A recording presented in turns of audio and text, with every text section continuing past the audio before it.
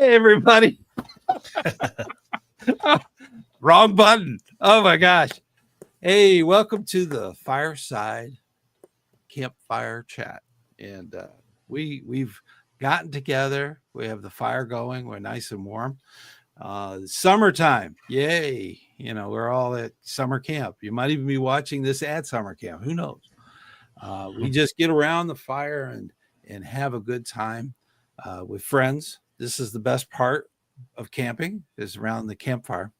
And tonight we have Mike running our questions and shout outs and stuff.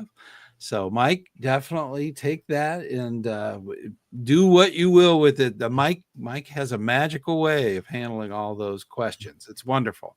And of course we have Scoutmaster Bucky, and Scoutmaster Bucky is here, and we're going to answer your questions. And this is a very relaxed. Originally, the meeting was formal. We even did the pledge and all that. We want you to take a moment, take a nice hot cocoa, and sit back and relax, ask questions. We're all volunteers here. We're no professionals. Believe me. Me especially when punching the wrong button, you know.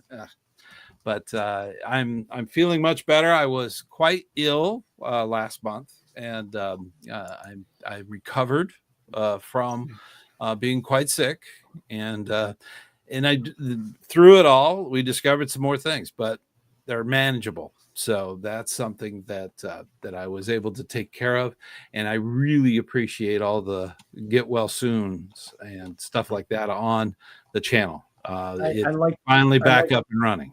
I like what one of our viewers has already started out with. Unlike their roundtable, Stan doesn't take July off. That's right. All right. So note for the viewers, please give us the thumbs up. Looks like we have 10 people currently watching. I don't see how many thumbs up we have, but please give us a thumbs up, because it will help YouTube promote this broadcast, and hopefully more people will join us for the conversation. Yeah. And that's the neat thing about it, is that even though it is summer and a lot of troops, a lot of packs have kind of called it for a while until they get back going again.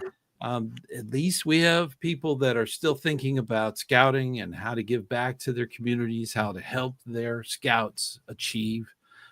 These are big things. I'm still thinking about that opening glitch, and if I'd been itching my nose when it came on. You know what it was?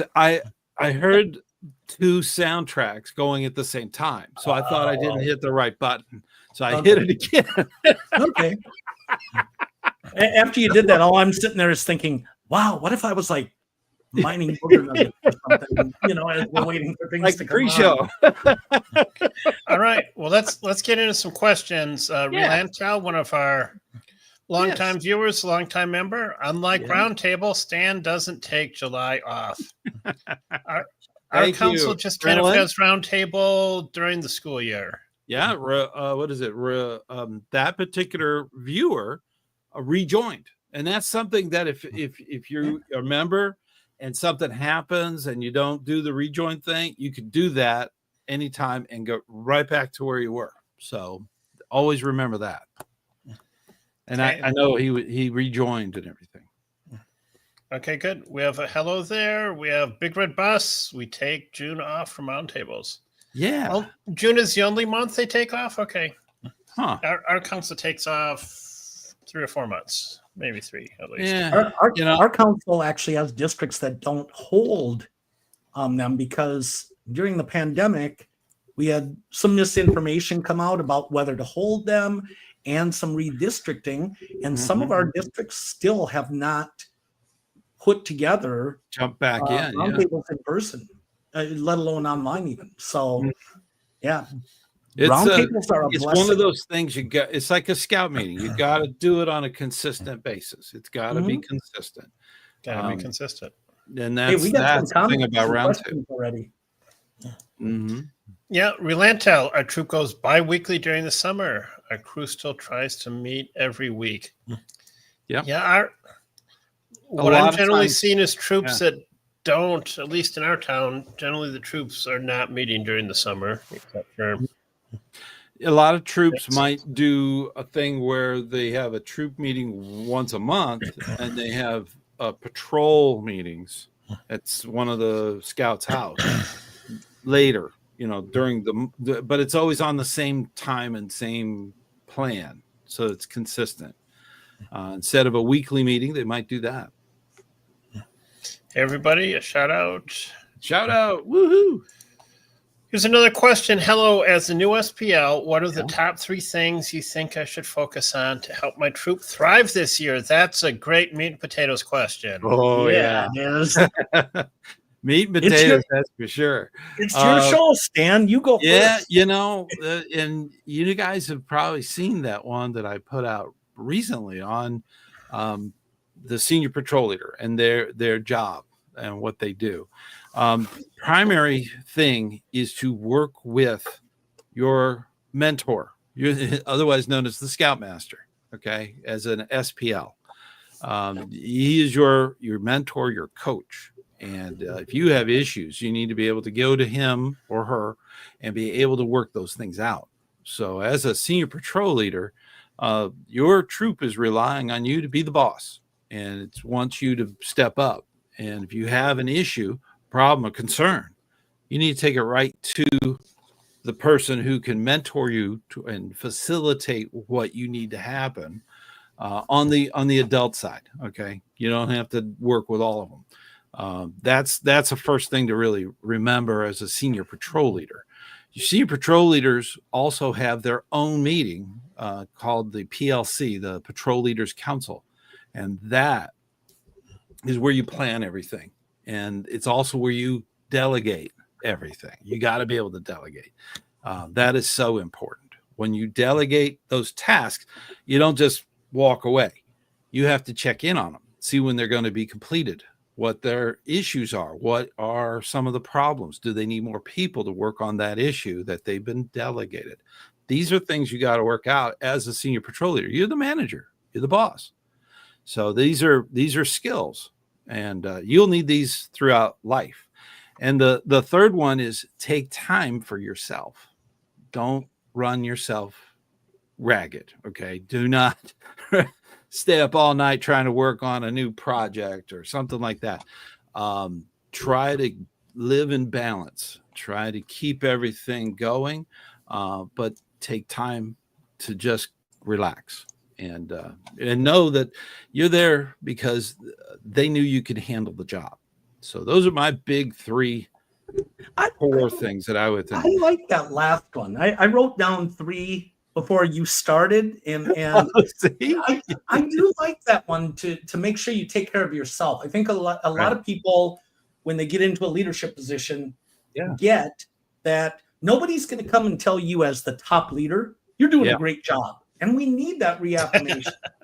Wouldn't that be nice? It would be great. Yeah. But you have to have that strength. And that's something we don't teach in leadership, is that when you're top dog, none of the other dogs are going to come over and tell you, hey, you're doing awesome, because they want your job. Exactly. So they're and we in human nature, unfortunately, look towards the negative first. But finding inner strength and inner satisfaction, here's the 3 quick things that I would say. 1, I am a Scoutmaster that tells my PLC, don't forget about Cub Scouts. That's what's going to keep your troop alive. Going. Yes. So providing den chiefs, doing community outreach with the packs, that makes the families familiar with your troop. And I think there's ways you can improve that. You asked for 3 things. The second one would be pick one issue that you want to focus on to leave your troop in a better position than what you found.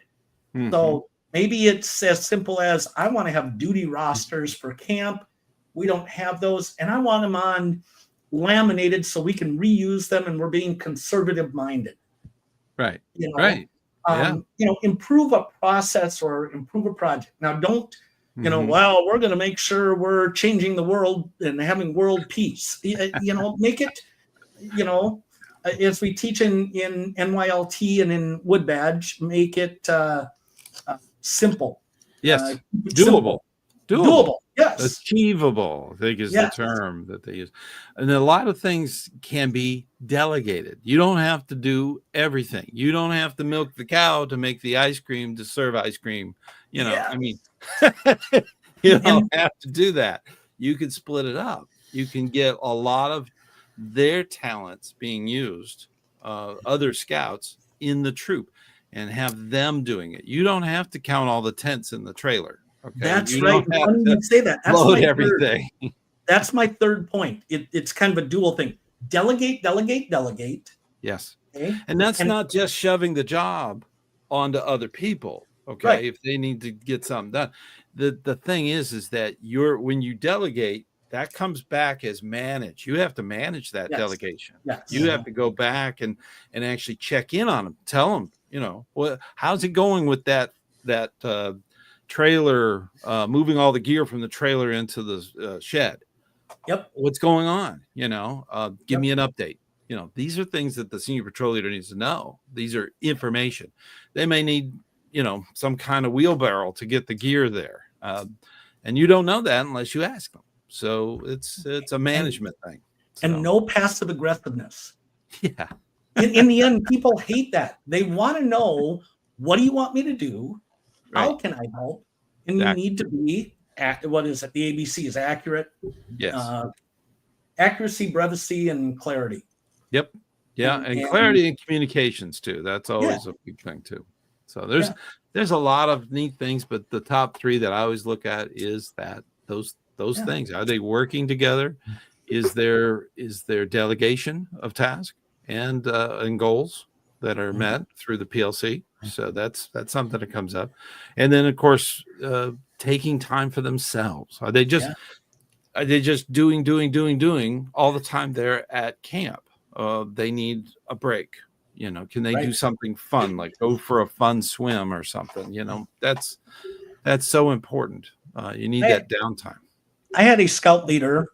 He was our committee chair. He passed away, unfortunately, a couple of years ago. But when he started going to camp with us, he made a point that he would get up each morning, and we run our boys and girls troop together. He would go down and get coffee or hot chocolate for the SPLs. Nice. And our camp has cinnamon rolls that are cooked by the kitchen. So he would bring back a small cinnamon roll for each. And at the beginning of the camp week, do you prefer coffee? How do you like your coffee? Or would you like hot chocolate? And summer mornings can be kind of cool, you know? Yeah. And so maybe that's something, if you don't like any of our other ideas, maybe you could ask a scoutmaster or assistant scoutmaster to get you hot chocolate in the morning. True. Yeah. All right. That'd be cool. Good stuff. Should we move on to a question? I think of your comments, if it's Campfire Chat, do we need a cast iron skillet? I love skillets, so. Bring it on. I'll eat it.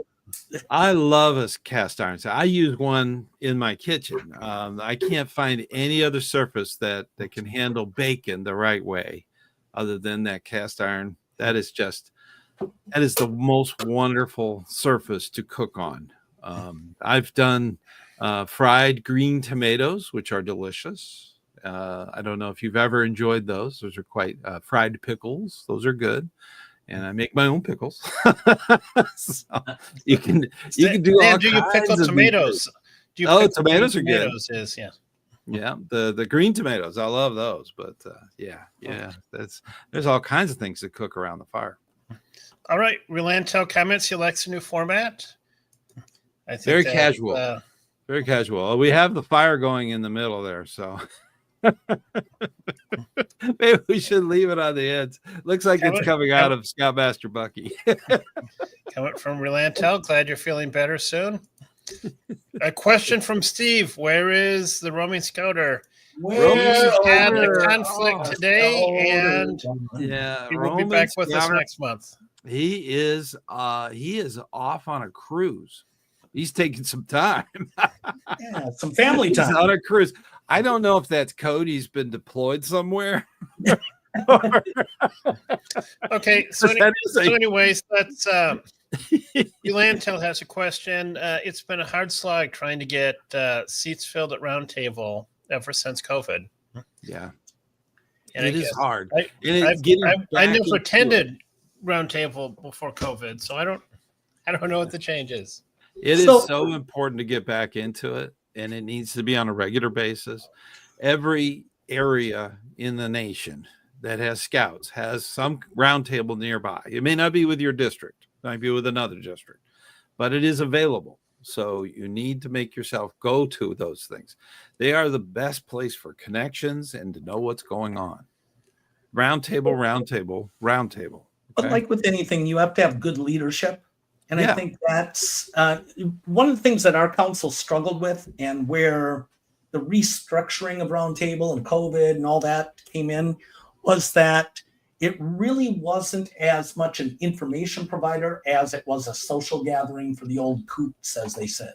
Yeah, and that's fine. And I don't know why they had a problem with that, because a part of scouting is socializing. Yeah, fellowship. And, that's a big thing. So I think that the challenge that they didn't address is, how do we get new scouters to give another night of the week during the month to come get valuable information?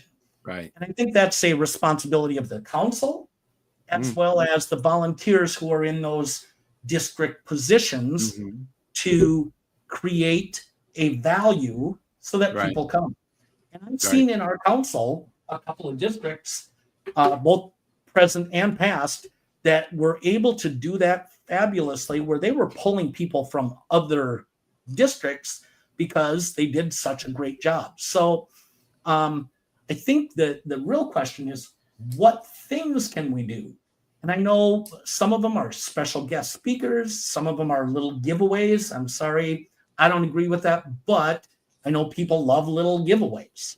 Yeah. And I'm not talking about the little beads so I can show off that I've made every one in the last 10 years. Well, like a door prize maybe, or something. The door prizes. They've done that. And other little promotions of a sweatshirt or a piece of camping gear or something. And those are good things, but they match that up with quality substance of content of what they're providing. And, if you have a great program, you're going to have a line at the door. That's really the key. And a lot of times it comes down to getting the good volunteers that are actually going to put the effort forward to make going to Roundtable worth it. If you can do that, you got them. So and if it's been that way for a very, very long time to get volunteers, to get them to Roundtable. It's frustrating because we've been doing this for a while, and it's always been trying to get the units. And there's some units that don't go to Roundtable. They just don't. They're just nobody from that unit ever goes to Roundtable. I think the new commissioner stuff that's going on is to encourage it more. And with a unit, you might even say, here's the rotary that for all the leaders of who's going to Roundtable this year. So, on July Roundtable, it's the Scoutmaster. On the June one, it'll be, the committee chair, and so on. And that's something that can be done. I want to jump ahead. I see Relental's comment. Communicating the plan program, that's the missing piece. I disagree with that. Really? Because I actually had an incident with my Cub Scout pack. As you know, I'm a Cub Master as well. Yeah. And I have a parent who decides whether they're coming or not, because the child is going through some, I don't want to do it, I don't want to do this. And then they turned on us and said, well, you don't communicate what you're doing each week. Well, if we communicate what we do each week, then they pick and choose what they come to. Okay. That way they come to all the fun stuff. Right. Well, we happened to do a s'mores. We did fire safety and then made s'mores, and we posted pictures on our Facebook page. And this parent got upset. Well, if I would have known we were doing that, we would have shown up. And then they turned into kind of critiquing me for not giving a plan. And I said, well, if I give a plan, then you pick and choose what you come to. Yeah. That's so true. There is a challenge to that. There's a delicate balance. It's not like we keep everything secret. Yeah. We do tell them Pinewood Derby is next week, or something, but sometimes the best meetings, roundtables included, are the unscripted moments that just happen. Yeah. Yeah, that's true. And as someone that's involved in planning activities for units and merit badge opportunities, please just come. True. Just as a courtesy to people that are putting a lot of effort into planning the unit activity or a merit badge opportunity. And if it at all works, please just come. And if you've committed to go, even if it's free, definitely go. All right. Don't think that, you got to have that commitment level.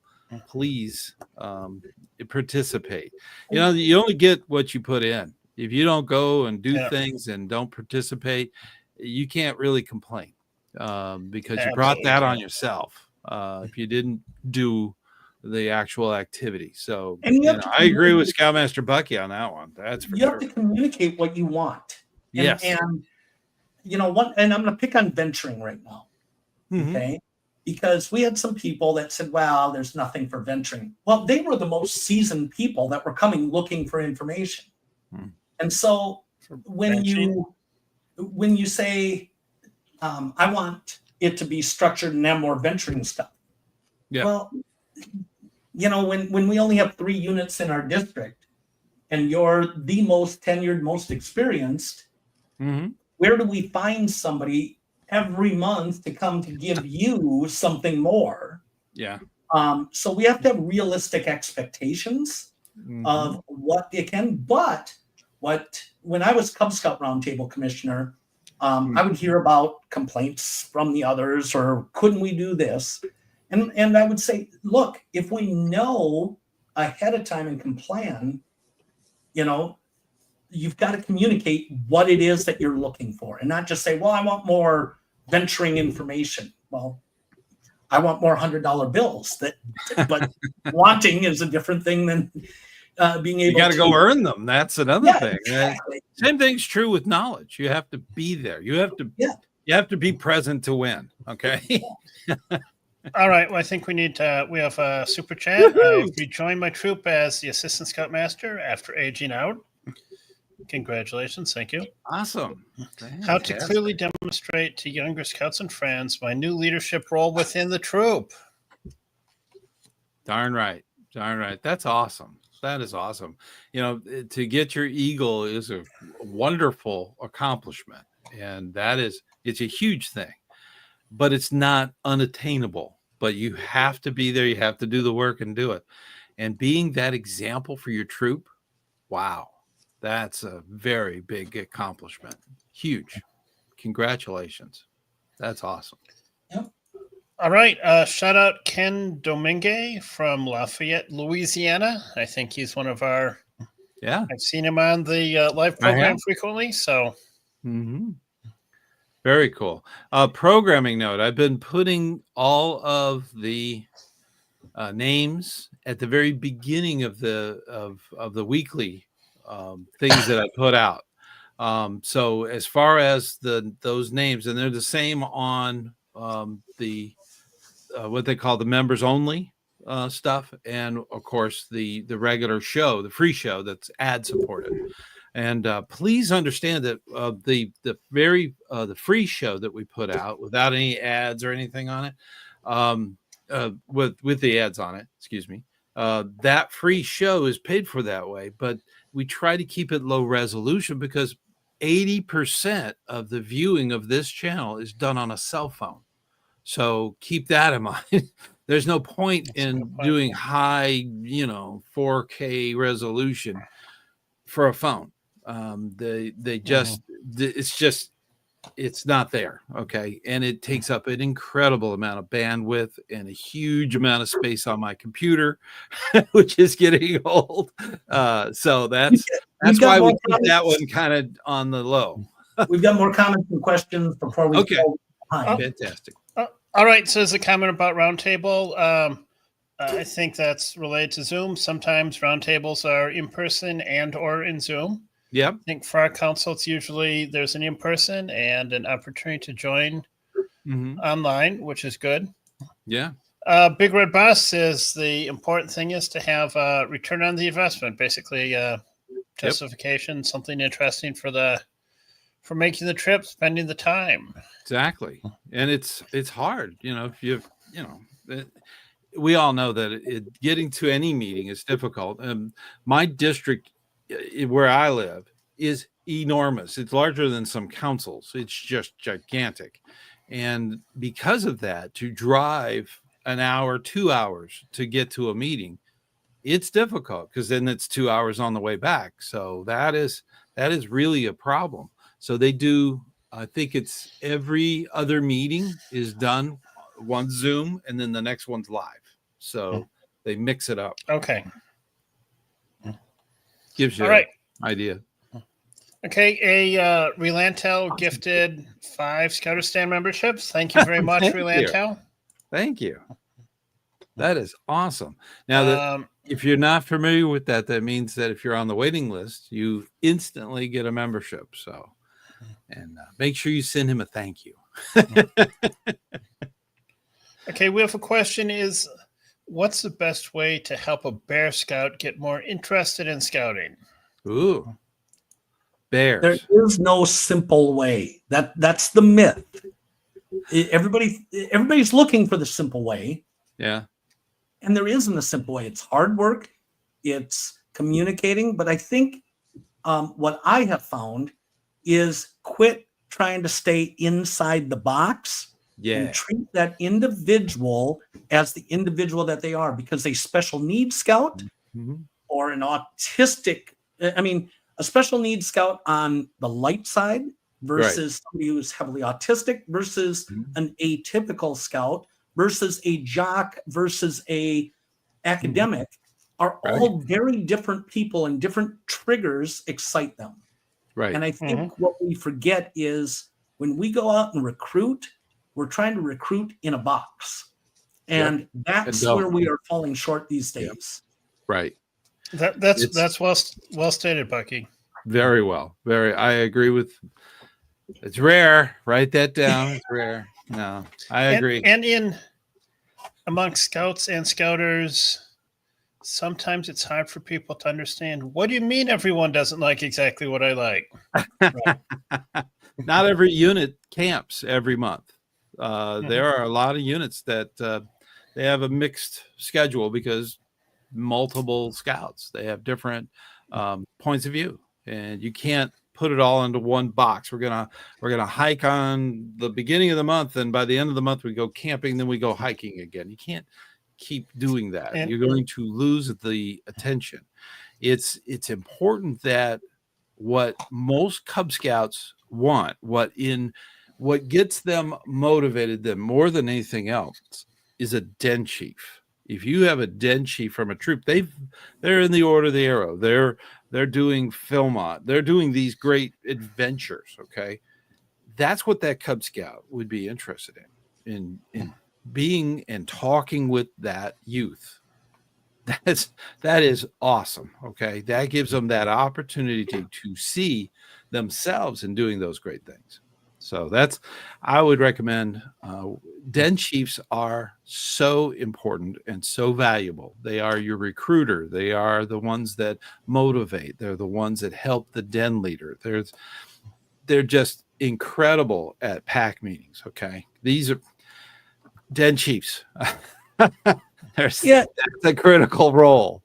I agree. It's a good role. Curious about that. I agree. And to kind of wrap up that Wasteland Reapers question, it's hard to give specific advice on such a vague question, because I think in general, find how you or somebody else in the unit can connect with that scout to make them feel like this is their number one choice.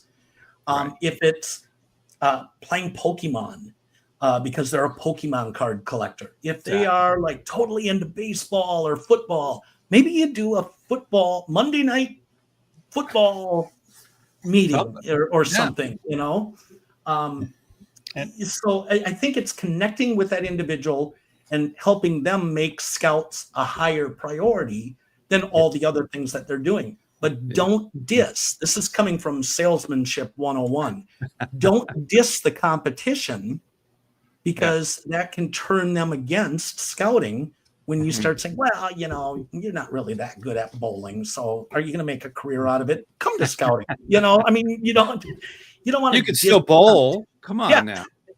I'm a gutter ball king, okay? I've done entire games. Sometimes I'd like to comment, since probably some of the viewers are parents or scouting volunteers that are highly involved. Some are maybe new to scouting. Yeah. So sometimes I'd say, if we're talking about Roundtable or Den Chiefs, and if you're not so sure what that is, more than likely Stan has a video of it on this channel. So, yes, I do.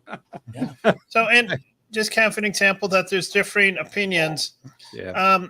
Steve says, at least in his pack, they find a great deal of benefit in publishing a schedule. So so different things work for different people. Let me give some clarification on that. And thank you, Steve. I appreciate when people politely disagree or stuff. Stan and I do it all the time. We have the Scout Oath and Scout Law around here. So let me give a little background to where I'm saying that. I have a local unit that's in competition with us. We meet one block away from each other. Oh. And honestly, there's some bad blood between the two that go way back. And most of the people don't even know why there's bad blood. Okay. But so I'm familiar with that situation. Yes. I actually had somebody join our unit as a spy to report back to the other unit what we were doing. It blows my mind what lengths people will go to. Now, mind you, I'm in an urban area, so we have a high concentration of multiple units, and we're competing against each other. And we have these people that think there's boundaries to where you can cross and stuff, and it's like, I've had kids drive as much as 150 miles to meetings for a quality program. Okay. I think it's very different when we move state to state, and whether we're talking about urban or rural scouting. Many of the smaller towns have a single unit, so the competition isn't there. And if I were in Buckyville, Montana, where's that? Montana. Yeah, it's in the middle of nowhere, but it's got a lot of interested scout families. I'm going to publish everything. So a little bit of our approach is not letting the competition know what we're doing, because we actually had this unit schedule their Weeblos overnighter when they found out the date for our Weeblos overnighter. Wow. Yeah. So I mean, it's like they had a spy in there too. So oh no, we didn't do it. That's just when it was available for us to get the. It's like, come on, I mean, this is how unfortunately we have. And please chime in if you've had that. Thank you, Mike, for validating that it's not just. I used to go, and I was the commissioner for both units. It was, if you turned left, you went to one unit. If you turned right at the exact same point, you'd be at the other unit, and they both met at the same night on the same time. Yeah. And, they were right across the street from one another. So it was almost a Hatfields McCoy thing. It was, I understand. Yep. And believe me, I turned left into that troop more than I turned right, because the other one was okay. I'm familiar with the case where there's tension between two units, and no one in either unit can give me any explanation as to why that is. Yeah. How about we work together? Yeah. We're all scouts. And that's the thing about it. If you're in a unit, how about we plan some joint activities? Exactly. If you're in a unit that you just can't do it anymore, you want to quit scouting per se, don't upgrade. I think that's the best thing you could do, is upgrade to another unit. Okay. Shop around, look around in your area, use that what is that, the online thing that they have, be a scout. That's one of the things you can do. You have a video on what's the video title? Don't quit scouting, upgrade. Upgrade. A while ago, our family was kind of at that situation, and that video was very influential. Had I not seen that video, I would not be on this channel today. So, anyways, with a shout out, hello from Iowa. Okay, Iowa. Yeah. So I want to finish up because Steve commented, and Steve, that's great. I mean, scouting is scouting. Let's. I wish that were the case of scouting, that everybody gets along and we all work together and stuff. Unfortunately, bunch of parents. A lot of parents cause issue. My wife always says scouting would be so much better without the adults. Okay? I've heard it the other way. There's something, right? I think, and I think I mentioned this before. I'd like to see us do in America, and I'll go on record. I'd like to see what scouting would look like in the U.S. if we followed what Europe did. In Europe, it's a social program, even for adults. Yeah. Having gone through the program and continuing, we actually had a young lady who married an American guy and came here from the Netherlands. Yeah. And she was shocked that there wasn't young adult or adult scouting. Right. And she showed us pictures. The adults would get together and go build all sorts of pioneering stuff. And then the scouts would show up the next day. Mm-hmm. Yeah. And I'm like, well, then what would you do on Sunday? We'd tear it down. I'm like, all that work and you tear it down in a weekend? Yeah, because we'll do it again next weekend. I'm like, I think there's some adults in scouting that what they're really looking at is other adult activities within, and maybe a council could have a scouting alumni. Exactly. That's kind of a new thing that National is putting out and really getting a lot of emphasis on the alumni association.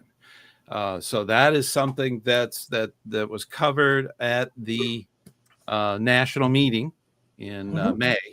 That's where I got sick. But that's something that they are really promoting, and they've been doing that for the past. I think they've been around for about 10 years now. So alumni. So that's something that's coming in the U.S. So Relental, I see your comment as well, and I just want to put an unpopular opinion out because that's what I do on this show. He's our fly in the mix. Yeah. So would rather have youth in scouting at another unit if it can't be ours. I agree with that. I mean, I would rather see them in scouting, but I'm here to promote my unit. Yeah. Okay. Right. And that's my first and foremost job as the scoutmaster or cub master of the unit. And that's true for every cub master, scout master of every unit. So that's true. So the only time that I hear people strongly say, "Oh no, we want to make sure every scout gets in scouting," are those that are a part of large units. Because they can spare it. I don't hear that attitude or that belief coming from people with small units because you're scrapping for membership. Right. And it doesn't mean you're not offering a quality program. Right. Okay. What we need to do is we need to focus on promoting what each unit's strength is. Okay. True. And for a while, our strength was welcoming special needs scouts. Right. But again, being honest, when you become saturated, that can be a deterrent to others that may not want to be a part of that. Yeah. And that's a whole nother discussion. Totally understand that. Yeah. I think there needs to be variety in any unit, in any active troop. I don't think it should be a focused troop that just does special needs. I don't think that's a good thing. I think it should be evenly throughout all the units, have some space for that.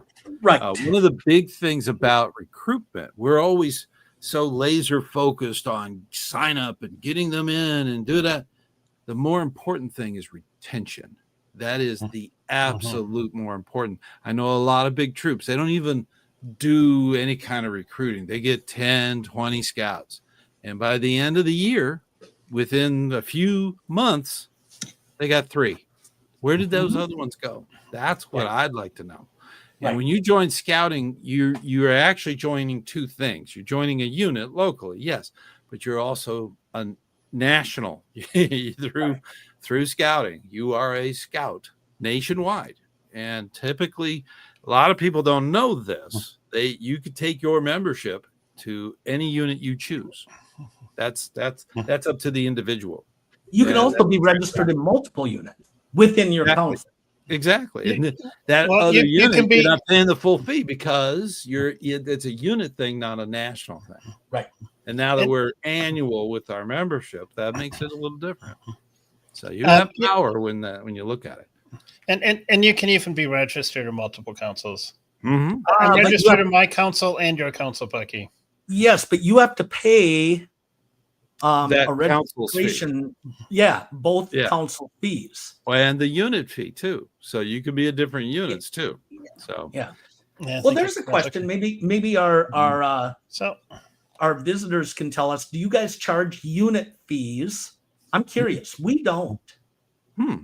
We don't. Well, there's different things. There's reasons for fees. I mean, you have an impact. When you have another scout, you got to have room for them in a tent, especially if you're going to be doing campouts.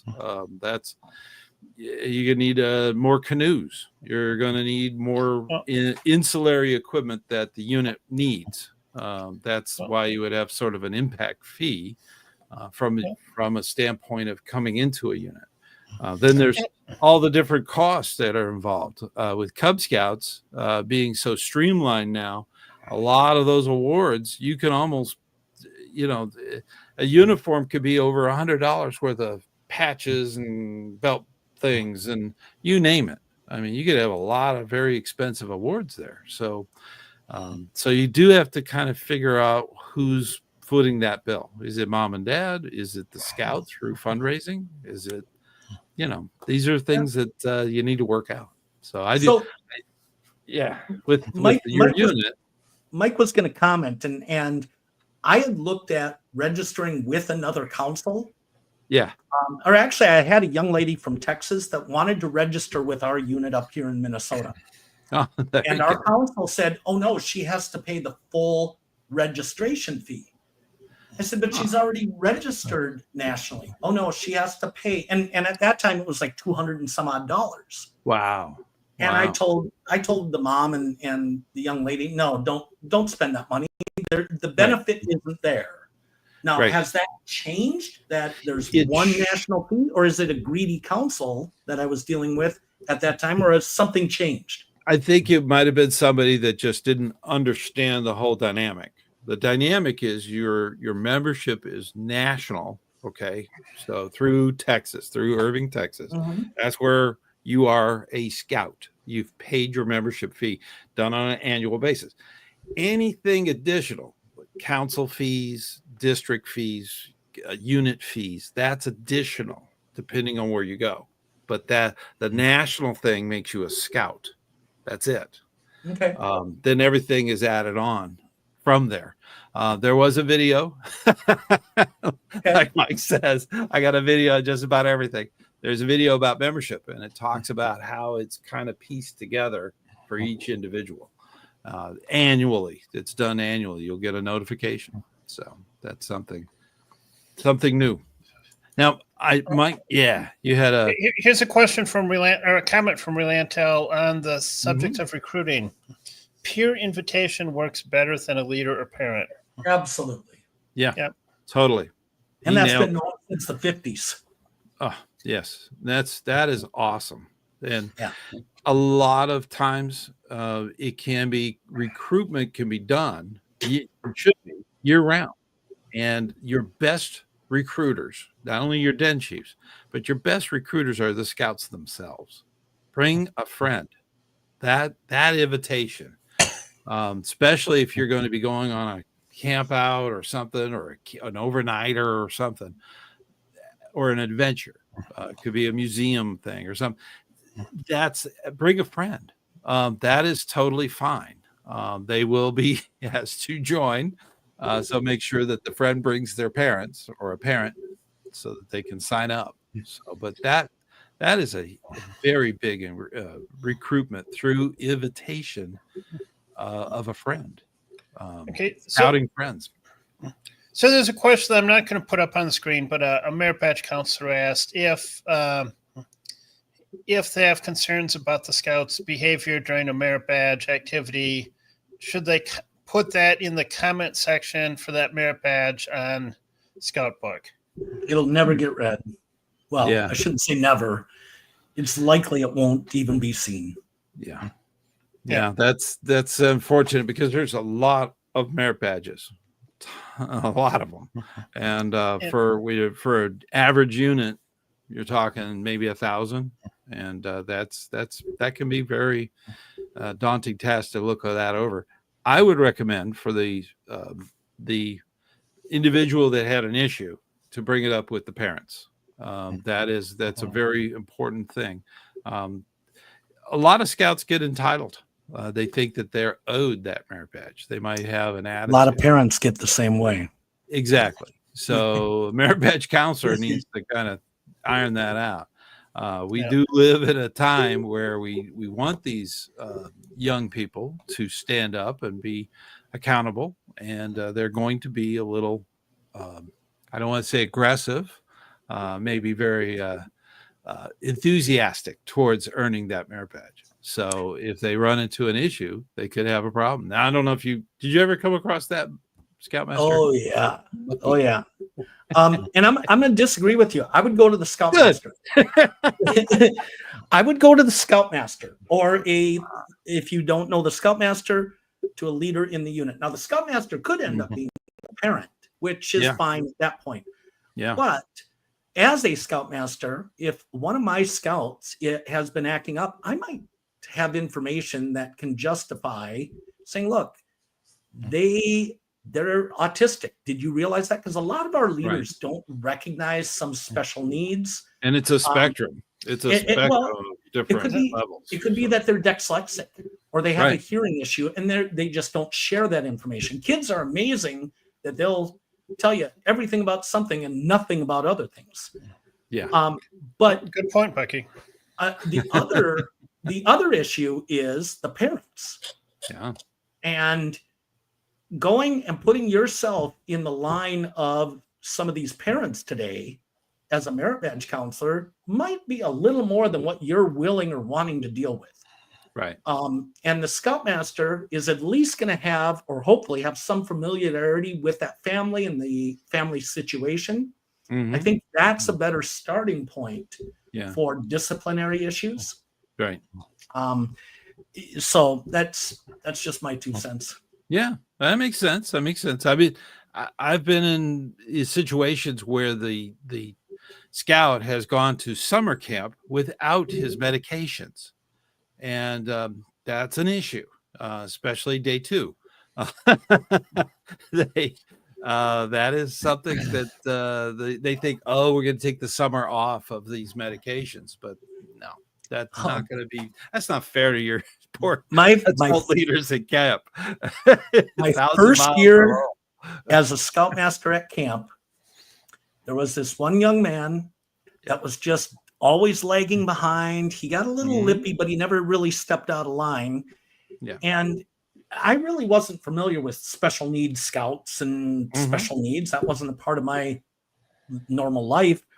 Yeah. And I got back, and I always have a debrief with parents as best I can in the parking lot. And I said, I don't know what his problem was, but he couldn't keep up, couldn't do this. We had issues with this. Yeah. She goes, oh, well, yeah, I probably shouldn't have taken him off his meds. Oh. And I'm like, are you kidding me? Well, I thought that it might be a good time to try it. I said, never again will you be sending your kid or any other kid. So that's just not right. Please take my experience and advice. Tell your parents Scout Camp Week is not the week to try your kids on different or no medications. Yes. Yeah. It was horrible. I've had some that were severe problems, and if they didn't have their medications, there was problems. So I've been scout, or what do they call it, Betty. Nurse Betty, okay. Yeah, Nurse Betty. I've been Nurse Betty before, so I know. All right, Agent Zach is asking for any tips or insights about the National Jamboree that will happen next year at Bechtel Reserve. Oh, yeah. Yes. Do you have any insights or tips about how the event is run? So, most jamborees are open to all council units. Now, the council will actually create a unit for a troop per se. That is called a contingent troop, and they're the ones that actually go to the jamboree. The troops that are out there, your troop that you're a member of, is not part of that. They need to work with the council, and that's a big change that a lot of people may not understand. But that's always been that way. But it's a big change for the general public to understand. If you're in a troop and you're a scouter, you just can't just show up. You have to go through the contingent system. And that's generally how all jamborees, world jamborees too. There's a contingent from every qualified council, and there's certain qualifications they have to have. They have to have the appropriate adult leadership. They have to have the right funding for equipment that would be needed. It's a very involved thing, and it's about 2 years out. If you're going to the jamboree, you have already started that process. That's because it's coming up next summer. So next summer, yeah, 26. So I was a contingent leader in 2017. Nice. And made lots of friends and influenced a lot of people, both good and bad. Yeah. My scouts had a great time. I was actually asked to step over into venturing and be a venturing leader. Nice. And so I had both boys. The jamboree in 17. Nice. Yep. And we actually only had 3/4 of a crew, and we learned that there are international units that come. Yep. And so we offered to host, and we actually got 4 kids from the Philippines and 2 from Australia that joined our unit. Nice. And that was a great experience. Now, I don't know. They always join the contingent from the council. That's the thing. You have to think in that. They get assigned because the campsites are set up for 4 adults and 36 youth. So they filled out our 40. And it worked out great. Now, that was in the venturing area, and I'm sure that's where they keep them because it's both boys and girls internationally. Right. Currently, I had a number of friends that were a part of the last Jamboree, which is the first time girls were able to go as scouts. My understanding is that they had separate sub camps for the boys and the girls. Right. So if you have a linked boys or girls troop, you're not going to be camping next to them. You're going to be in totally different areas. But even the linked ones that'll be handled by council and their contingents. That's how they set it up. Yes, but ultimately the national group will assign you where you end up and such. But they do try and keep the boys' troops together and the girls' troops together. Mainly because of the leadership. The leadership is usually from those units. Yeah. So. And for logistics. However, one piece of advice I would give to scouts is check around.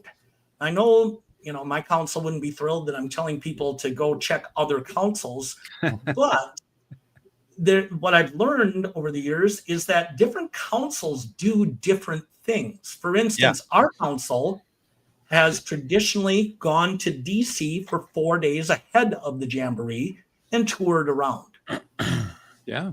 Okay. And so a lot of contingents will do additional trips. Yes.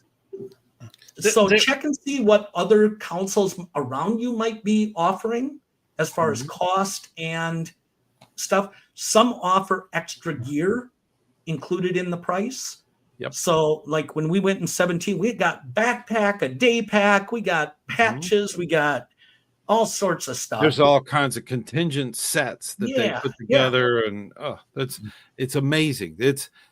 Every scout should have an opportunity to go to the Jamboree. That is one thing that if you have a bucket list for your scout, that's what it should be on there. It is. Sure they go to a Jamboree. It definitely is. And at Summit, I will tell you this. it gets hot and muggy.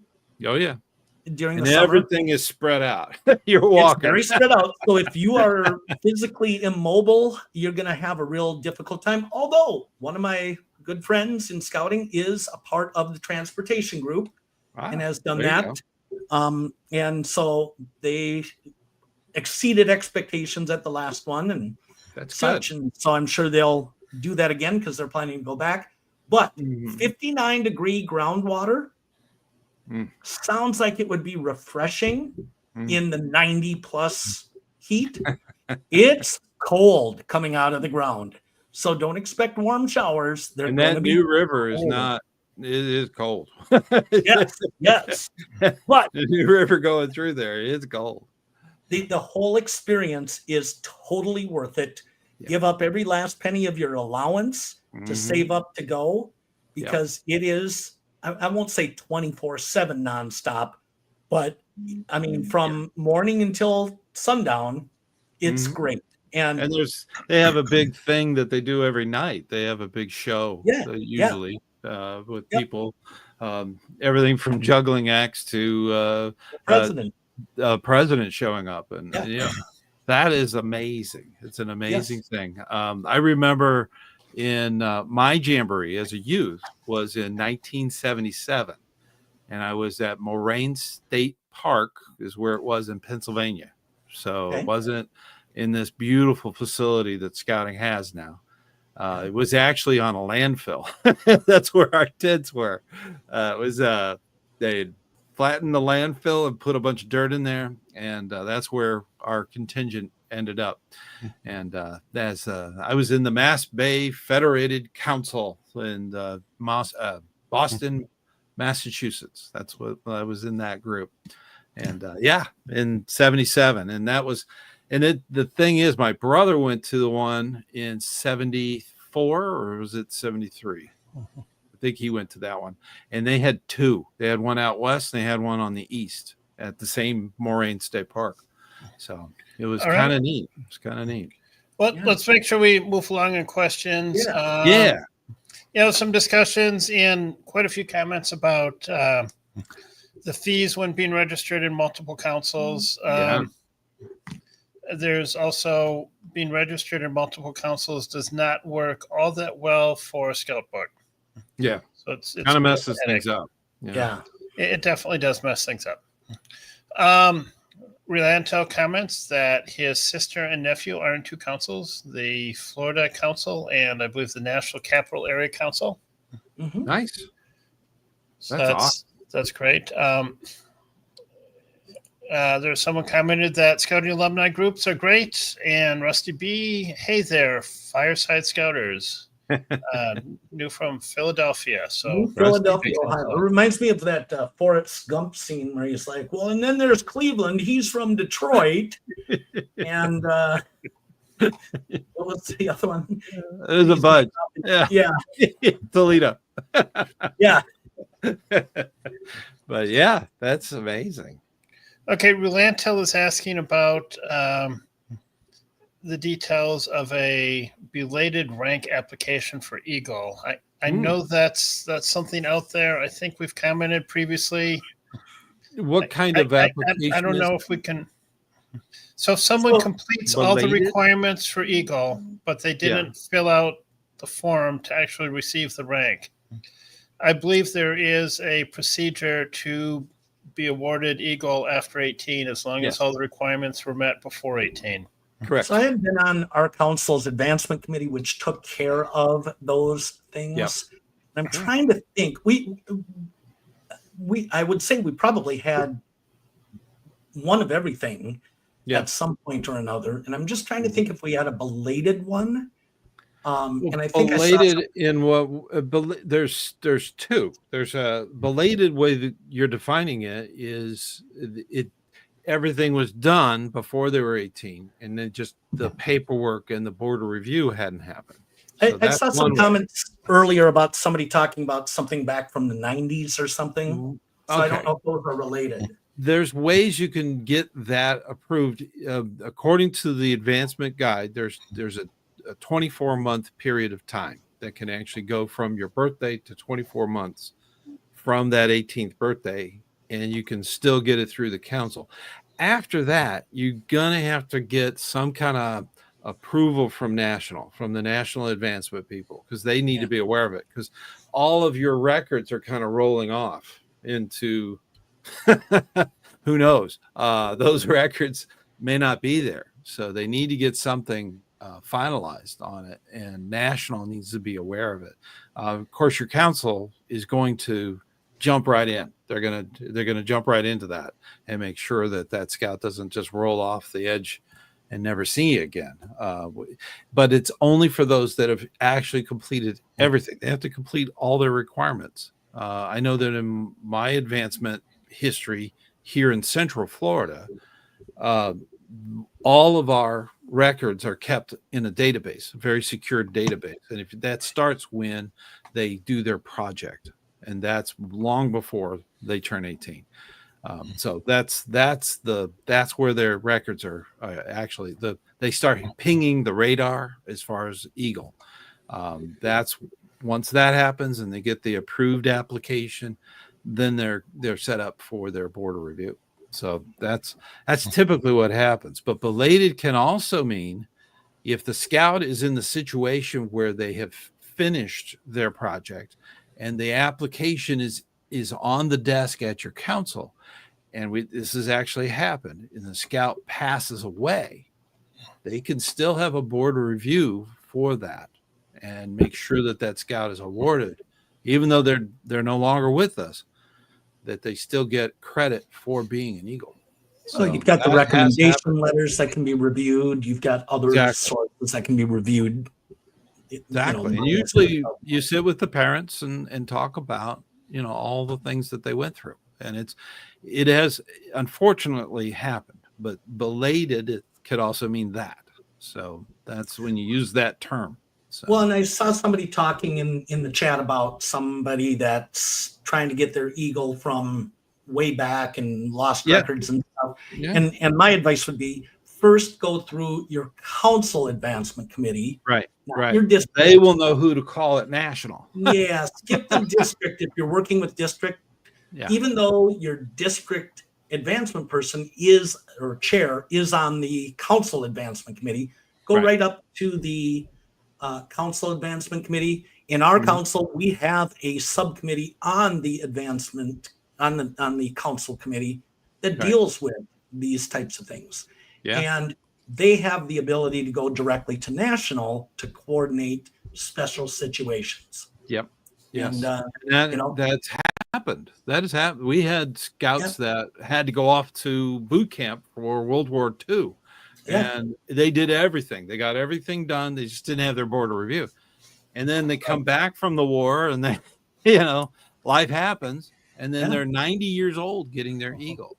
It's happened. All right. It has happened. All right. Well, I think we need to move on. Keep questions moving. Yeah. Big Red Boss, Jamboree is awesome. Many opportunities, including staff, just in case you cannot know. Red Boss, are you on staff or have you been on staff? Because it almost sounds like a little bit of a plug for staff. I think so. Maybe he's a recruiter. He gets a little if he is, it's very inexpensive to be a volunteer. Our topic's about multi-council registration and the Jamboree.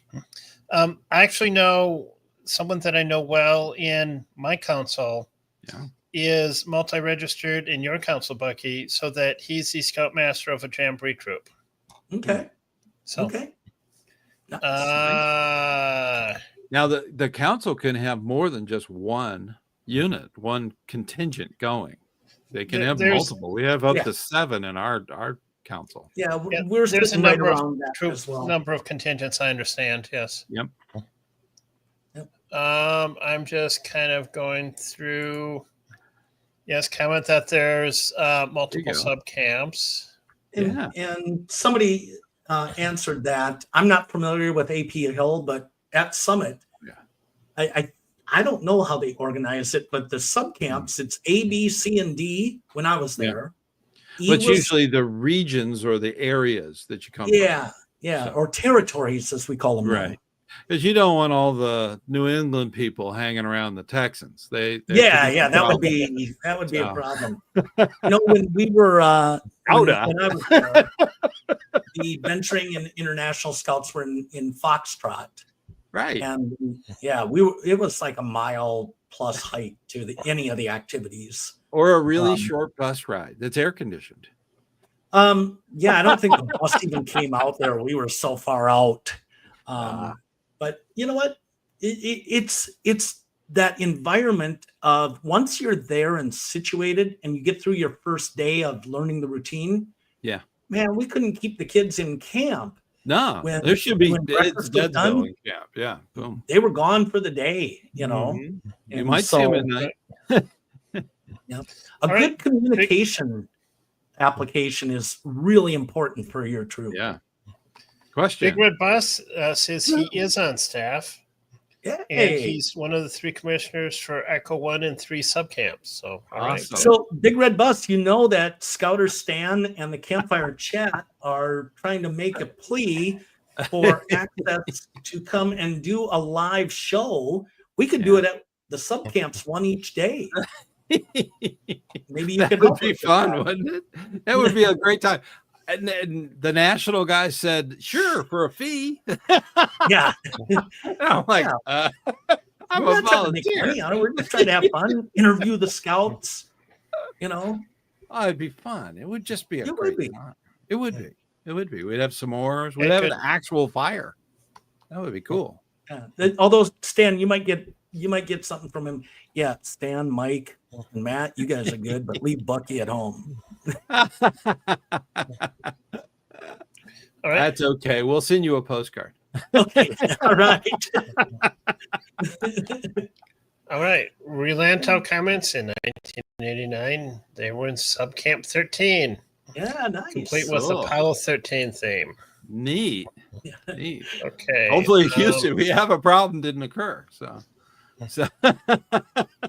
Oh, you got to get Relanto. Yeah, there you go. Relanto comments, scouting is a place where you pay to volunteer.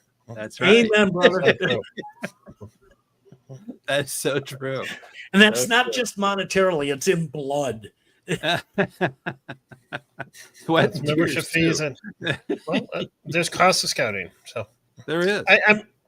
I'm actually to the end of the questions right now. Sweet. Oh, okay. I've been trying to hustle things along so that we can address questions. Or did his disagreement with me chase him away? I hope Steve's still here.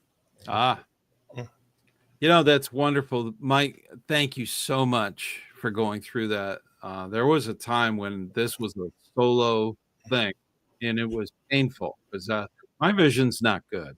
And the print on the screen was so small, and Mike came along and helped us with this, the chat room, to kind of keep things rolling. And he's been a faithful member of our what's become our Campfire Chat, and I'm grateful all the work that he does. That is just, I am so blessed, and we have Mike to take care of those things, and we even got Scoutmaster Bucky, and sometimes we even get our roaming scouter who does our Cub Scout stuff. So we do have a lot of blessings that come our way, and I'm thankful for all of you, what you put in.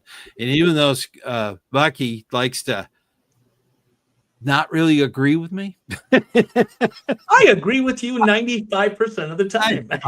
I would say it's more like 98. Okay. And that's wonderful. We need both sides. We need that debate. Not everything in scouting needs to be an argument, and we need to use our scout skills based on the Scout Oath and Law, and use those to converse and get those ideas. I think that's really the flame that comes out of this. It's scout leaders putting forth a good effort towards the benefit of all scouters and all the scouts that we touch their lives. It's amazing. You think about it. I look back at all the scouts that I've mentored to Eagle, and I think there's like 4 lawyers in there. There's one that just finished the seminary school, and I have several that are firemen. I have a lot of military. It's amazing. These are young people that are going out and literally changing the world for the better. So that's one of those things that I look back at that, because sometimes, as a scout leader, with all the politics that happens in scouting, troops that want to take your scouts away, that kind of thing, like we talked about, that's one of those things. I look back at that and I think, they probably would have achieved it, but maybe they wouldn't have. That's a maybe they would, maybe they wouldn't. But you look back at that and you were able to mentor them, push them towards achieving their own goal. Yeah. And that warms the heart. And that keeps me moving forward. When I look at all of those mentor pins and think back to those scouts and those parents begging me, can you do something? This is, he's driving us crazy. He wants it, but he won't do the work, Yeah. That's when the mentor steps in. And I've always told the scouts, especially the ones that were well read in Harry Potter, I'm either a mentor or a dementor. I can come after you. So, yeah. All right. Well, we have a few more questions. When I come in, I out of questions, and people start popping in. But it's super because it's in green, right? Is that the thing? Yeah, it's a super chat, I guess. Thank you. Relantel has been a member for 24 months. So yes. Yes, he's been a member for a very long time. So that's he's awesome. On this and Ken, I was shocked. Ken, remember Ken? Reverend Ken, I should say. Reverend Ken was a member for a very long time. All of a sudden, he wasn't on the list. So I was stopped, but he's back. He's back. Everything's fine. Members are wonderful. Yeah. All right. I'm just kind of sorting through the questions. Thanks, gentlemen. Okay. When we sounded like we're wrapping up the show. We still got 45 minutes. It'll probably go on for a long time. That fire looks like it's got another hour on it. How were the international scouts in your contingent? Did they speak English, and were they fun to have? My cousin who is in Thailand, Boy Scouts. Thank you, Mrs. Scoutmaster Bucky. She brought me a Coke. Nice. Yeah. They were fabulous. We had 2 boys and 2 girls from the Philippines. Yeah. And they had 2 adult leaders that also came, 2 males. The one male, he was all about patch trading. And if you haven't been to a national jamboree, patch trading is huge. And I think we should have a separate discussion about the do's and don'ts and the good and bad about patch trading. There's a lot of cautions that need to be taken at National Jamboree with trading of patches. There are, we'll just leave it at that. And this one adult from the Philippines, we hardly ever saw him. The other one, patch trading. Well, he was out doing stuff. The other one, come to find out, he owned 30 companies, and his brother owned Philippine Airlines. And so it was very interesting. And he just super humble guy, great to work with. Shout out to Jerry. And then we're big in the Philippines, by the way. Philippines and India. India and Philippines are big scouting areas. Yes. Huge. The Australians, we had 2 boys. And again, these were older scouts. I'll say the Philippine scouts. They didn't send just an average scout. They sent very well-to-do and very accomplished scouts. And so I've followed with a friendship as they've grown into adults, and I am still in contact with 3 of the 4. Good. And the Australians, they were great. I mean, yes, they spoke English. Well, Australian. Australian. They spoke upside down. Upside down English. You know, if you hold them upside down, do they speak differently? I mean, yeah, they do. They swirl weird. counterclockwise. Coriolis effect, right? The leader that came with them was the mom of one of them, and she actually grew up in Michigan. Wow. But had lived in Australia for 30 some odd years after becoming a citizen there. So, it was great. And the Philippines, they were a little reluctant at first, but by 3-4 days in, they were just like our scouts. Because the other thing that we did is we said, you guys are just as much a part of our group. You are not.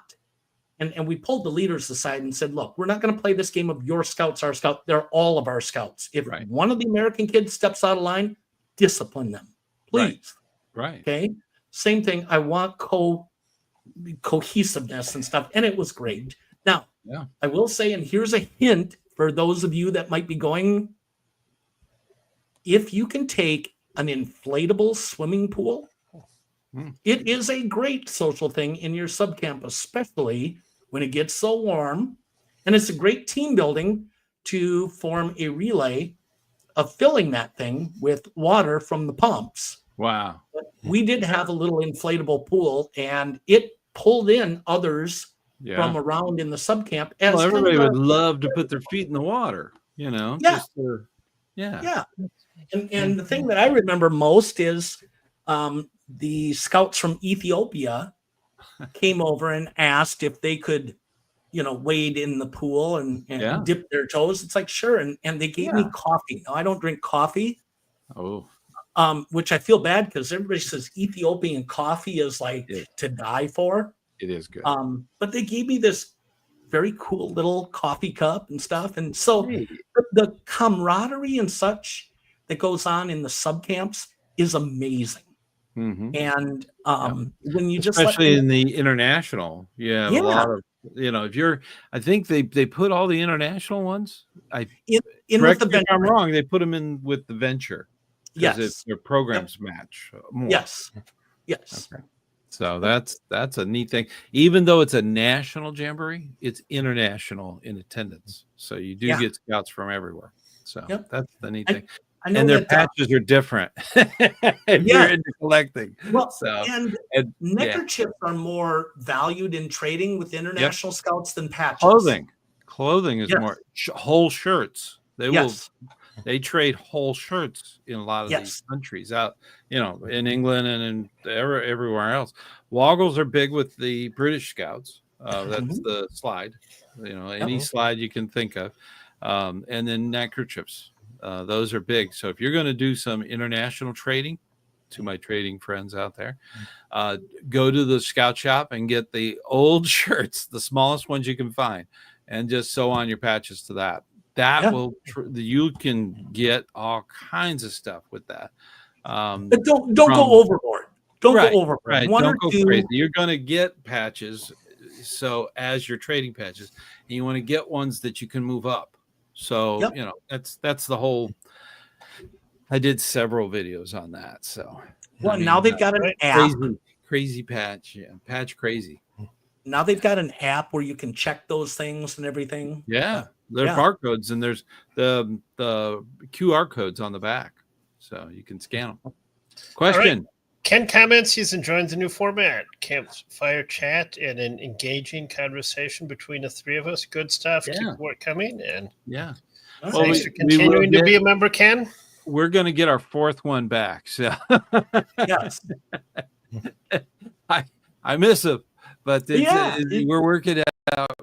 This is great. This is great. It gives us a chance to really ask them, do a lot of more questions and stuff. That's good. That's a good thing. Did you have another one for us? It sounded like a double. Okay. Kansas just went to summer camp, Mikase Camp in Missouri. Wow. Yeah. And Myron, I clicked on this one accidentally. Okay. Planning to visit National Jamboree again in 26 for the day. Okay. Yeah. A lot of people don't realize you can get day passes. I've done that. You can't go into the sub camps. Yeah. Unless you're escorted and stuff. Right. Well, if you're with a group, and make prior arrangements, you could probably go see your own group. So if we pay to go and we just shoot out to Big Red Bus and say, hey, can we come in for camp 1 and 3? Yeah. Relanto commented that it's been a struggle to get his son and his nephew interested in going to the Jamboree next year. So, Okay. I have a story for that. Of course I do. I actually had a scout that was very apprehensive about going to National Jamboree. And this was last year or whenever the last one. Yeah. And I told her and her dad, I said, I will make this deal with you.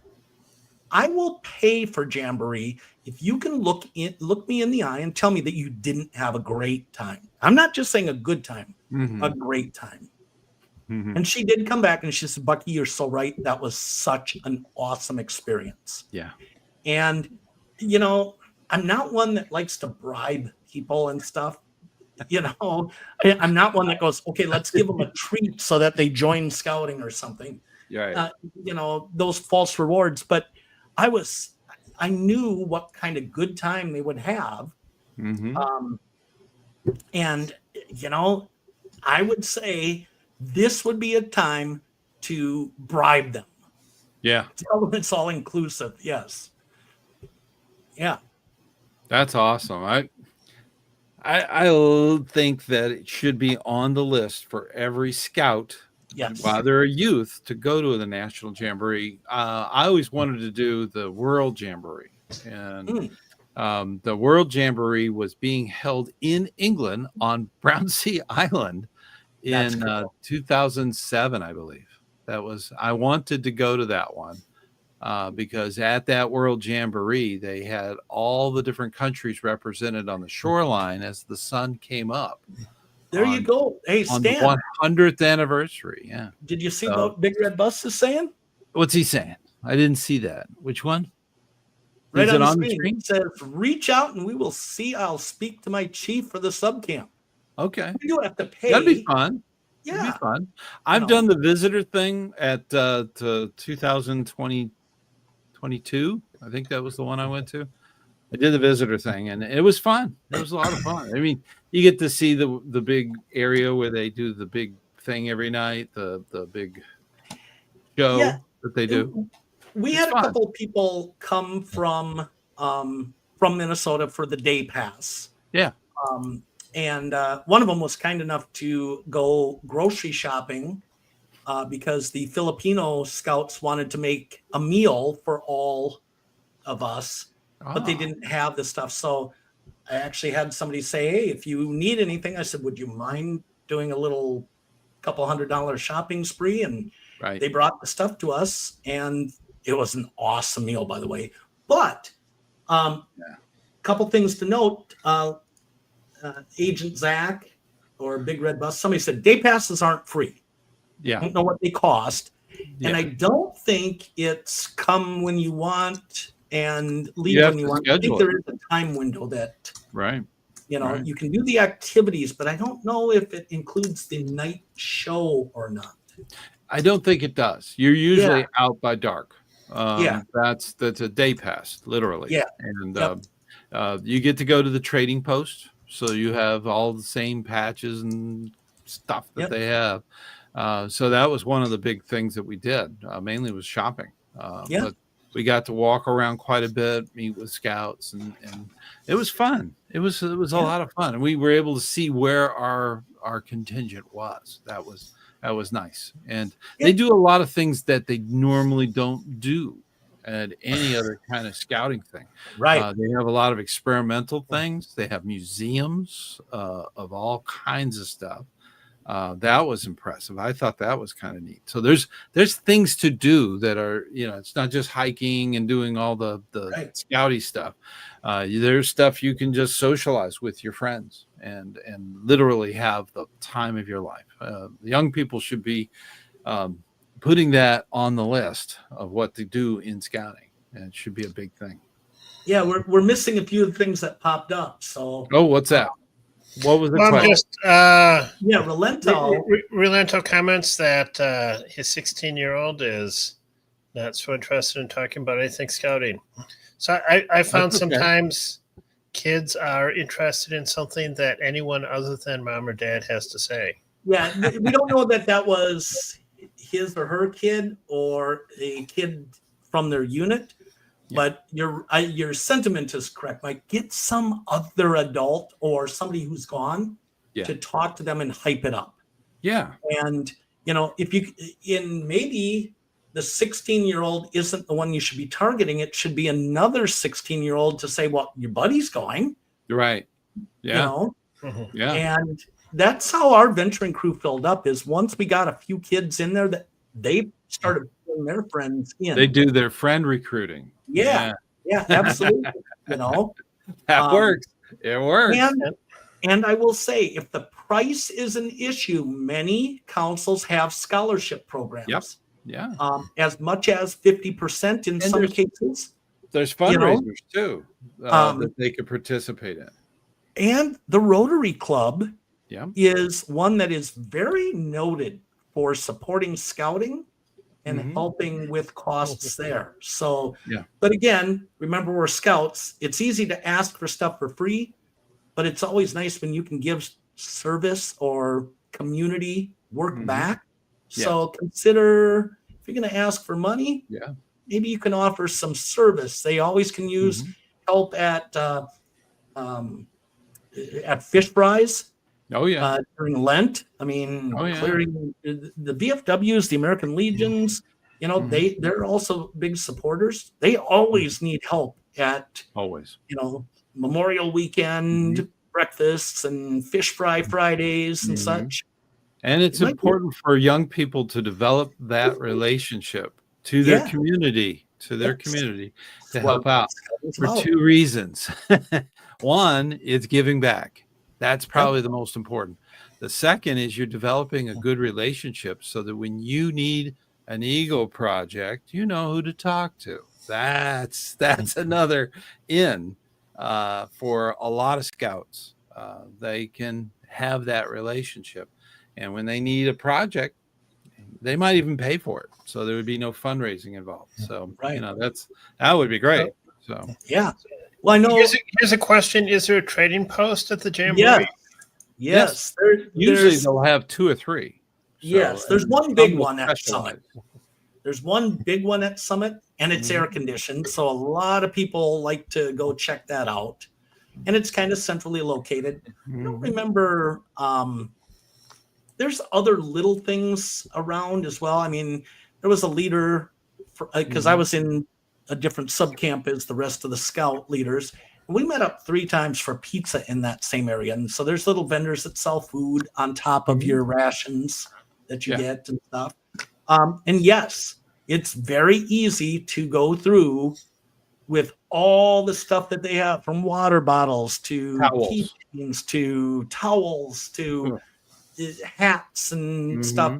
$300 to $500. Trays, cups, backpacks, you name it. They had the one I went to in 2022. The big thing that everybody wanted was these cat in the hat things. They were nationally done, and that was for the Jamboree. It has Jamboree stuff on the brim, so different sub camps and things, and patches through all the different sub camps and all the different things that they do is just, it's enormous. Big Red Bus, I have a recommendation for you to help raise money for your sub camp if you're allowed to.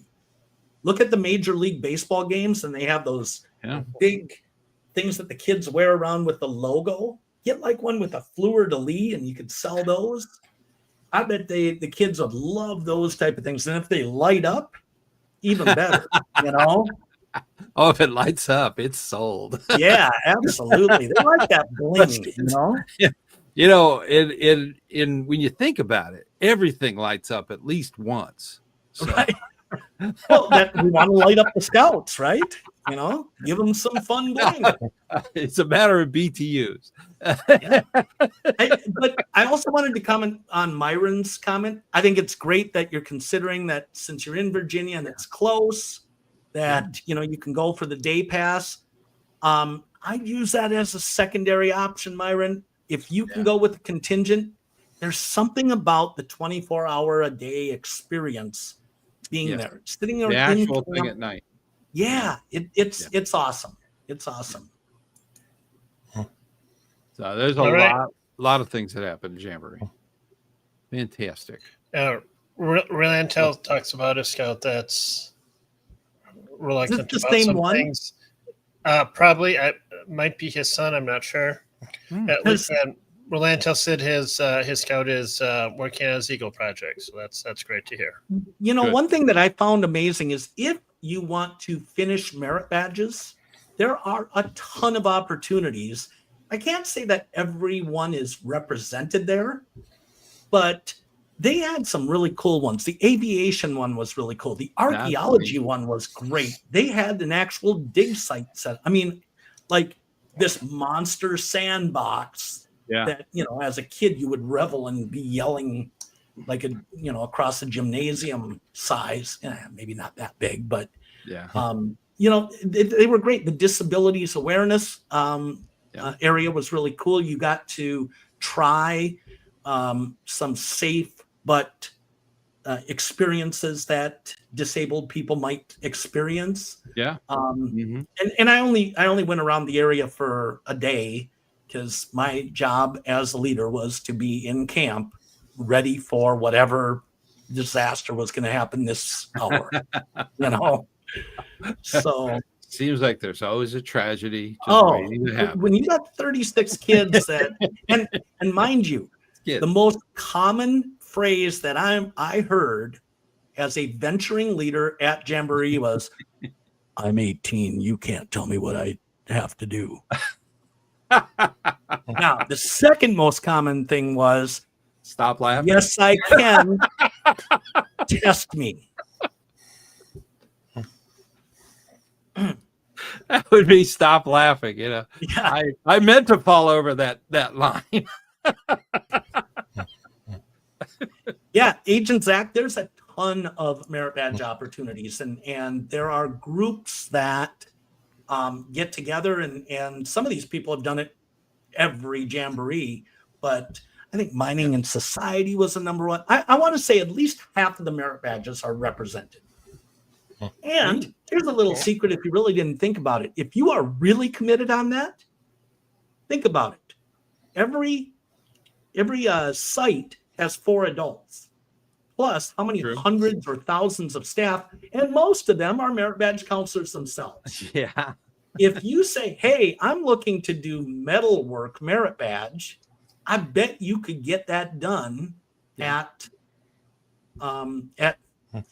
I would say out of the 139 merit badges, you could probably get 125 of them done with a little bit of commitment on your part at a national Jamboree. Well, they may not have the metal to do the metalworking thing, but there's a lot to that merit badge. You've got a lot of other stuff you got to talk about and research. So it's a little bit different. I mean, that's true for every merit badge. It's not like, for instance, cooking. You don't actually cook with the counselor. You cook in your situations. Right. Okay. So if you're going for the cooking at a camp out, cooking at home, and cooking on the trail, those are the cooking you do. And it's the counselor is usually not there. So, whoa. Okay. Ken just gave a super chat. $10 goes. We got to come up with a thing to really celebrate. Towards the costs of running this channel, and it's not free. There's a cost of the software that we're using, and I know, Stan, you talk about you need a better camera. No, he got it with his new phone. How's the camera fund going? Oh, my phone was the crash. I mean, it basically blew up the morning of my birthday, so it just. The screen just gave out, so it was nothing but little stripes on the screen. And yeah, so I was out of communications for the entire weekend. So it was fun. Hey, fun. Steve is still with us. There's expenses. So Steve commented that he did the archaeology merit badge at the Jamboree in 1997. Nice. He still has a pin to commemorate it. Very cool. Yeah, And I think you know, it's kind of archaeology- neat to look back at your sash as a youth and say, "Oh, I did that one at the Jamboree." Yeah. That makes it. That's more than just trading badges. And question: can they get some Eagle Scout required merit badges done in one day? Well, there might be some that could be done in one day. Some of them inherently take a while. Well, it's kind of hard. Some of them. When I do sit in society, it's a 6-hour class. Yeah. And I limit it to 8 kids, but it's still 6 hours because there's discussion. Right. And it's not just to check boxes. That one is meant for substantial conversation. Yeah. Communication. Yeah. Well, and I mean, communication, if you're doing one-on-one, is still a half hour to 45 minutes, per scout. Yeah. When I offer classes, it's limited to 5 scouts and it's a 4-hour class. Yes. The assumption is everybody's done nothing, so we have to allot for the time, True. And that's a good point too. If you do all the prerequisite stuff, yes, you can do some of these merit badge quickly. Well, faster than you would if you didn't, but still. I think swimming is offered. Make an effort. Merit badges don't just pop out of the ground, and merit badge counselors don't just sign you off. You really have to make an effort. So that's my message to most youth that are thinking, I'll do an easy merit badge. There's no such thing. Even fingerprinting is not easy for some. No. So definitely do it. So, okay, Rolanto remembers pursuing the merit badge midway 1989 at the Jamboree. Didn't spend a lot of time there. No, because there's lots of other. They try to do them all. They try to do all the merit badges. Yeah. So one other piece of advice on Summit is I don't think day pass people can get this. And at least in 2017, they have the big zip line. Oh, yeah. And we were given 4 tokens and a time for our scouts to go to the big zip line. So we had to figure out, how do we choose which scouts get the 4 tokens? And so if you're thinking about working with the internationals, what we ended up doing is we said the Australians get 1, even though there were only 2 scouts, which some people argued saying, well, that doesn't seem fair. I was trying to be a gracious host. And then but you prerequisited that as they're all scouts, right? They are. So you should have put them all in the same pool. We did. Literally. We wanted to be gracious hosts and not, the stereotypical fat, rude Americans. I don't want those on the zip line. That thing will dip too far now. Right.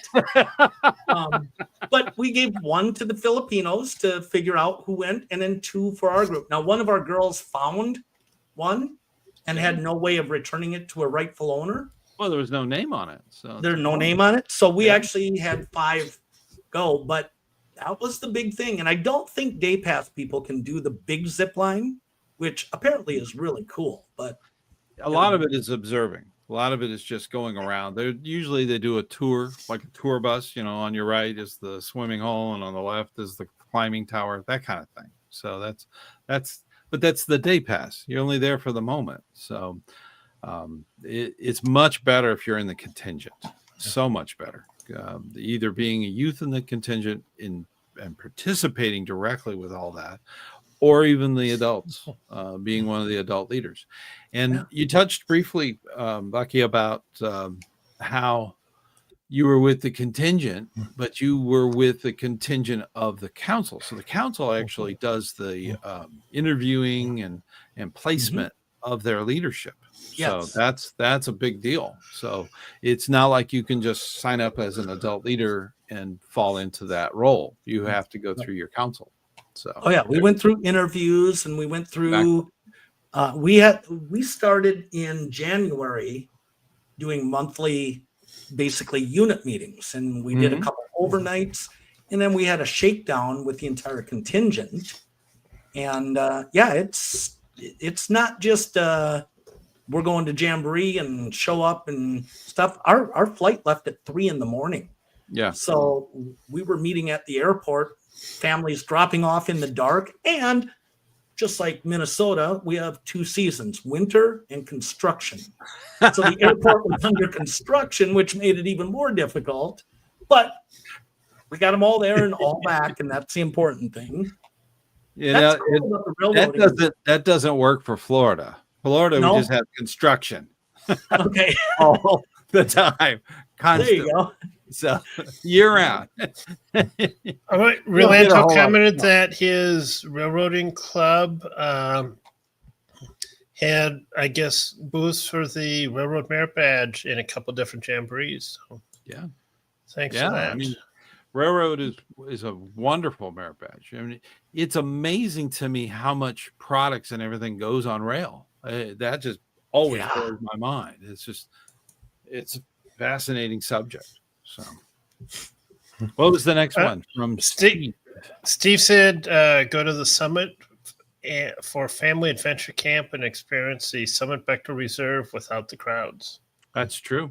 Yeah, they have a family camp that they've been advertising quite a bit. So, there are places to stay if you're a mature scouter. So there's like a hotel almost that's there, and so there are places you can stay. And this is during the summer. It doesn't have to be during the Jamboree. Now keep this in mind: if you're going to the Jamboree, that is a huge focus for the world. So a lot of those places are probably already full for the Jamboree. By the way, you're in advance. Probably already booked. Mike and Stan, Zach is going to bed now and thanks us for our input. So good night, Zach. Good night, Zach. Thank you so much. Thank you. We will. We do it late so that our West Coast is not staying up till whatever. But usually we put 2 hours in, and that's enough. So for a month. The question's slowing down. I'd be okay if we're. That's okay. Wrap we could it always up sometime soon, but yeah. Crossroads Scouter Tom said, "Glad you're back, Stan, from the Garden State Council, Crossroads District. It's good Southern to be New back. Jersey." Yeah, good to be back. I got an infection, and it just went really bad, and it was a lung infection, and went from pneumonia to bronchitis and back and forth, and I had a relapse, and I was I've been out of it for a while. So luckily it didn't kill me. So anything that doesn't kill you makes you stronger or better. That's right. That's right. All right. Well, as we wrap up, Myron, you are correct. Adult leaders need wilderness first aid training. I don't know if it's everyone now. I know when I went, you needed one person in your group. And per contingent. So if you have a contingent team, yeah. No, I think it was per unit. Right. Well, let me say each contingent unit. Let's put it that way. Yes. So each one, if it's a troop environment, troop structure, there's the 2 adults, and then you have the patrols. So that the one of the 2 adults has to have it. Yep. That's how they work. Honestly, there's no reason that both of them shouldn't have it. They should both have it. So I mean that's the better you keep your mind on safety, and when things do happen, you're able to handle it and be prepared. The more scout like that is. So definitely think about doing that first aid. And you're not in the wilderness, but you'd be surprised how far away the road is when you have to carry someone. I think one of Mike's offspring is commenting about your health. My health? Yes. Well, okay. Anyways, Zach says, thanks for comments on the Jamboree. Yes. Yeah. Yes, one of my offspring. What doesn't kill you mutates and tries again. I love it. In my case, it was trying to do that. Yeah. Oh my gosh. I did the antibiotics till the point where, it was, everything was liquid. So Mike, don't be embarrassed. That was hilarious, actually. I did a lot of antibiotics. And since it's summer vacation, I won't tell Tommy he needs to go to bed. So yeah, well, okay. Yeah. Get yourself a bowl of ice cream, young man. You earned it. That's right. Ken says he really enjoyed working as a commissioner, especially keeping an active program, recruiting, retention. Keep it interesting, active. First aid classes, demonstrations, a lot of interesting stuff at the Jamboree. So nice.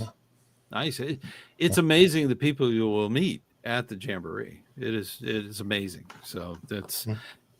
You get a list. Our bus was actually traveling between all the buses. They had all these buses in there, and for some reason, the national contingent of Scout executives, along with the chief Scout executive, actually cut between some of the buses, and our bus slammed on the brake, shoving everybody forward, and came within inches of ending. I think it was the entire committee for national,